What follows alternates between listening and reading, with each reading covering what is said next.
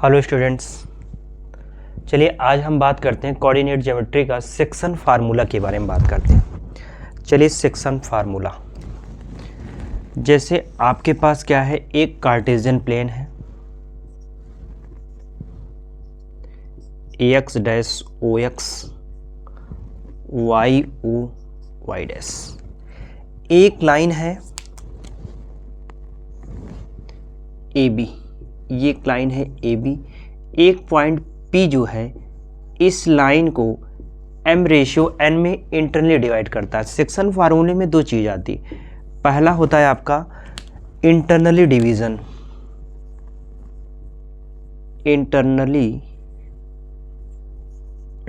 होता है। तो इंटरनली जब डिवीज़न होगा तो जो पॉइंट P है, अब 2 पॉइंट्स आपके पास हैं, एक पॉइंट A है तो इसका कोऑर्डिनेट हो जाएगा x1, y1, पॉइंट B है इसका कोऑर्डिनेट हो जाएगा x2, y2। अब हमें क्या करना है, P का कोऑर्डिनेट फाइंड करना है। तो पॉइंट जो P है, point P divides line AB in the ratio m/n, यानी जो पॉइंट P है ना, वो आपका जो लाइन AB है उसको m/n में क्या करता है, इंटरनली डिवाइड करता है।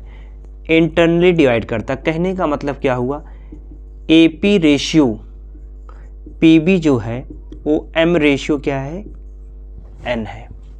अब हम लोग को कंस्ट्रक्शन करना होगा, करेंगे क्या, A से एक लाइन हम लोगों ने ड्रॉ किया, परपेंडिकुलर लाइन AM हो गया। पॉइंट B से OX पर एक लाइन हमने ड्रॉ किया, BN ड्रॉ कर दिया। यहाँ से एक लाइन मैंने R ड्रॉ कर दिया और यहाँ से हम लोगों ने एक लाइन क्या ड्रॉ कर दिया, P ड्रॉ कर दिया। और यहाँ से हम लोगों ने परपेंडिकुलर लाइन क्या ड्रॉ कर दिया, P R Q और S ड्रॉ कर दिया।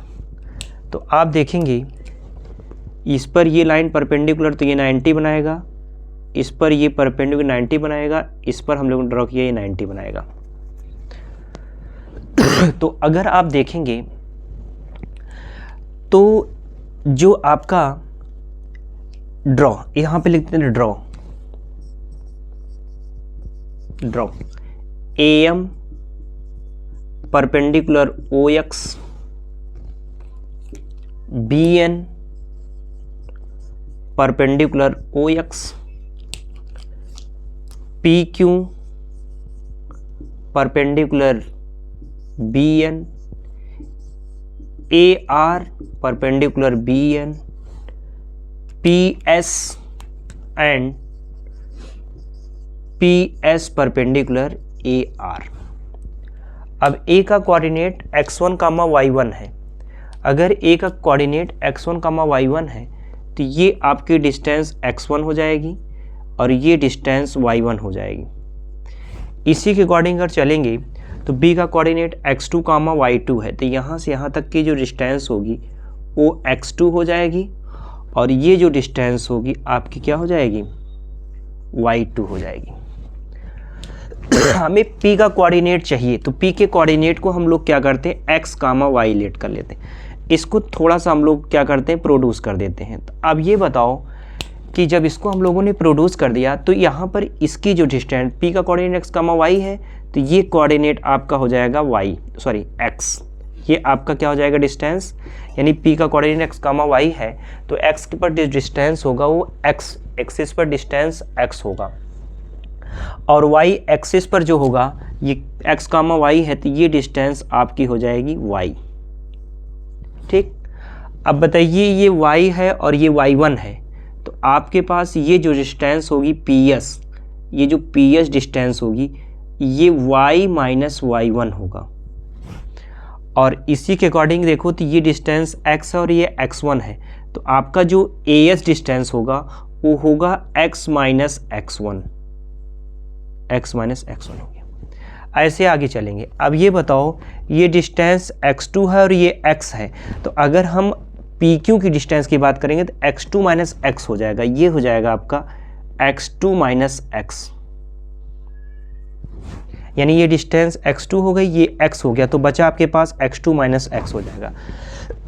अब इसी अकॉर्डिंग देखो ये y है तो ये भी क्या हो जाएगा आपका y ही हो जाएगा, तो टोटल y है, ये y है, तो आपका बी क्यू की लेंथ क्या हो जाएगी y2 माइनस y हो जाएगा। अब देखिए ये आपका एक स्ट्रेट लाइन है, ए बी एक स्ट्रेट लाइन है, ये एंगल अगर थीटा है और ये भी आपका क्या होगा एंगल थीटा ही होगा, तो देखोगे इस ट्रायंगल को ए एस पी और पी क्यू बी ये दोनों ट्रायंगल क्या हो जाएंगे सिमिलर हो जाएंगे बाई डबल ए सिमिलरिटी, क्योंकि ये एंगल आपका क्या होगा करस्पॉन्डिंग एंगल इक्वल होगा और एक एंगल 90 हो गया, तो डबल ए से दोनों ट्रायंगल क्या हो गए सिमिलर। तो यहाँ पर हम लोग लिखेंगे hence triangle A S P similar to triangle P Q B by double A similarity, दोनों ट्रायंगल हो गए सिमिलर, डबल ए से दोनों ट्रायंगल क्या हो जाएंगे सिमिलर हो जाएंगे। अब क्या करेंगे, सिमिलर में क्या होता है, two triangles are similar their corresponding sides are in the same ratio, उनकी करस्पॉन्डिंग साइड का रेशियो क्या होगा सेम होगा। तो कहने का मतलब क्या हुआ, पी ए पी एस यहाँ पर होगा, ए पी एस होगा। तो अब देखिए यहाँ पर क्या हो जाएगा A S upon P Q is equal to S P upon Q B is equal to A P upon P B हो जाएगा। अब देखिए ए एस की लेंथ कितनी है x minus x1, A S की लेंथ क्या है x minus x1, P Q की लेंथ क्या है पी क्यू की लेंथ है x2 minus x is equal to S P की लेंथ है y माइनस y1 और क्यू बी की जो लेंथ है y2 माइनस y है इज इक्वल टू, और A P upon P B का जो रेशियो है वो क्या है m रेशियो n है। अब हम लोग को क्या करना पड़ेगा, ये तीनों आपस में इक्वल हो गए तो इसको भी आपको m अपॉन n के इक्वल करना होगा, इसको भी each equal to m upon n, ये भी m अपॉन 1 के इक्वल n के इक्वल होगा और ये भी m अपॉन n के इक्वल होगा। तो हम लोग चलते हैं अब इसके आगे, तो क्या करते हैं, अब देखिए x minus x1 upon x2 minus x is equal to हो जाएगा m अपॉन n हो जाएगा।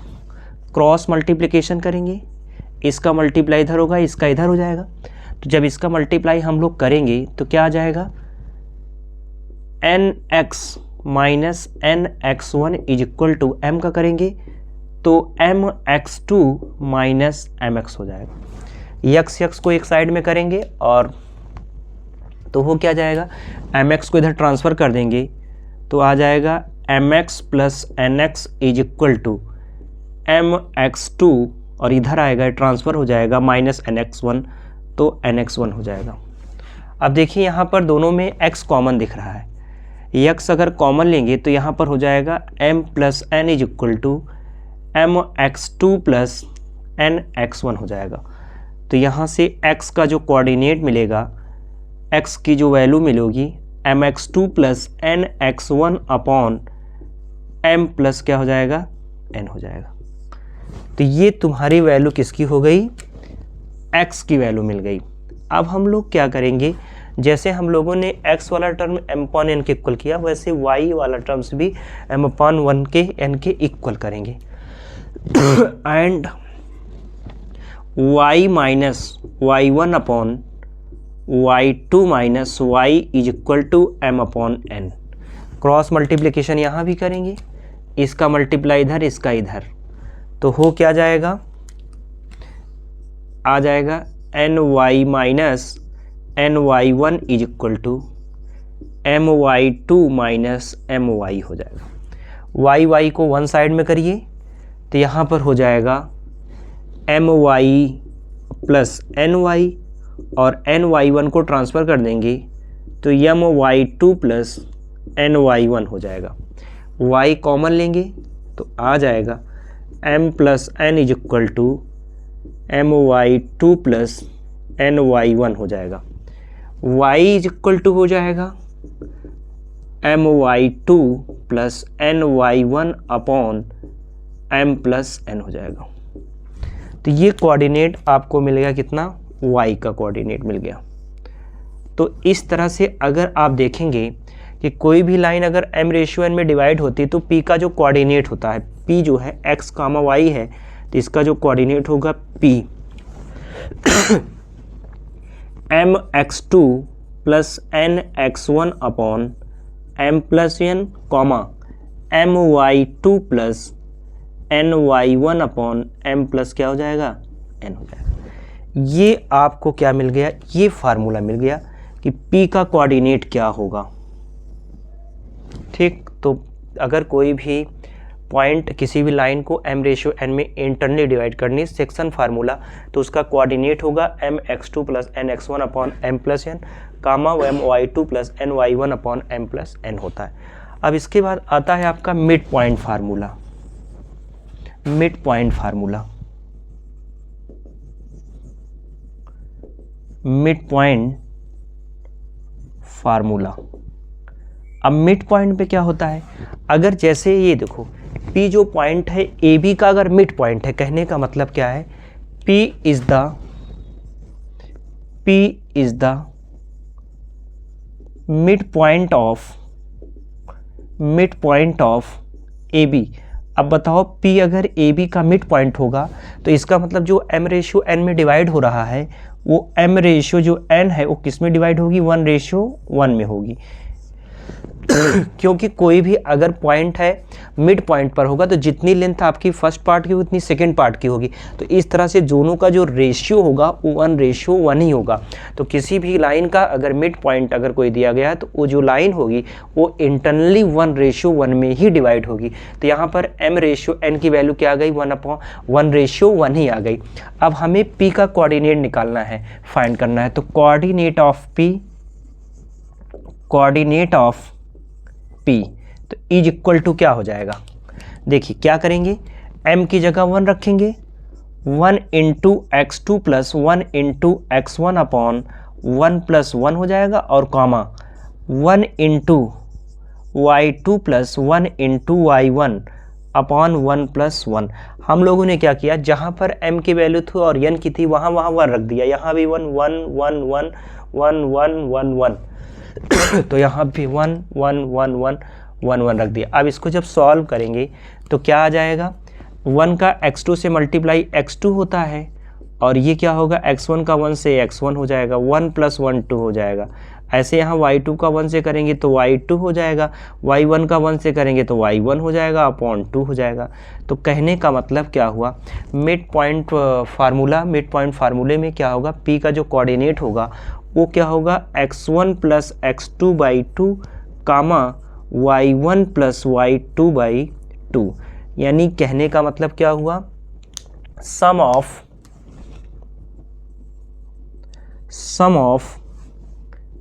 एब्सिस्सा